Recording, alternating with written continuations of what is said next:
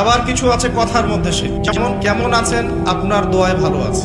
কেমন আছেন, আপনার দোয়ায় ভালো আছে। আপনার মায়ের কি অবস্থা, মায়ের অবস্থা ভালো, ডাক্তারটা সময় মতো না আসলে মাকে বাঁচানো যেত না।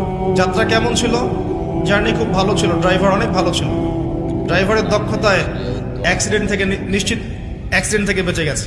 আমি না থাকলে কাজটা হতো না, ভাগ্যিস আপনি ছিলেন, না হলে আমার এই বিপদ থেকে রক্ষা হতো না। প্রচুর কথা বলতে গেলে সারা রাত চলে যাবে। কথার মধ্যে বেশি শিরক হচ্ছে। এমনকি অনেক গানের লিরিক্স দেখবেন, তোমাকে ছাড়া বাঁচবো না, তুমি আমার জীবন, তুমি আমার মরণ, এ ধরনের কথা আছে না?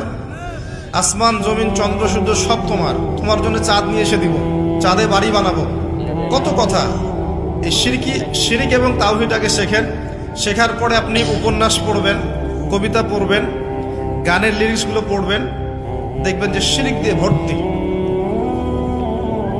এমনি এমনি আল্লাহ পাক বিষয়গুলোকে হারাম করেন না, এখানে শিরক আছে।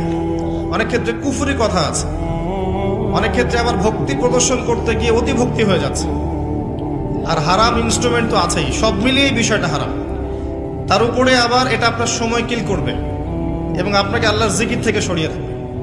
যখন আপনি এগুলোর মধ্যে ডুবে যাবেন, ওই মোমেন্টে আপনি আল্লাহকে ডাকতে পারবেন না, ওই সময়টা ওরা খেয়ে ফেললো।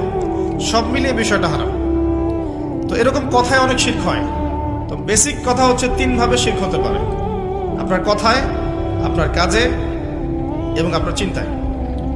কথা, কাজ এবং চিন্তাকে বিশুদ্ধ করতে পারলে তাওহীদ প্রতিষ্ঠা হবে, এবং তাওহীদের উপর থাকলে পরেই উম্মার কল্যাণ আছে। আল্লাহ পাক আমাদেরকে তাওহীদে থাকার তৌফিক দান।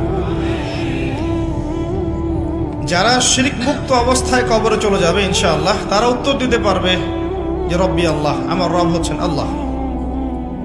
যখন দ্বিতীয় প্রশ্ন করা হবে মা দীনুক, দুনিয়াতে যারা দিন ইসলামকে ঠাট্টার ছলে গ্রহণ করেছে, হাসি তামাশার মতো, ইসলামের কিছু অংশ ভালো লাগে গ্রহণ করেছে, কিছু অংশ ভালো লাগে না গ্রহণ করে নাই, যতটুকু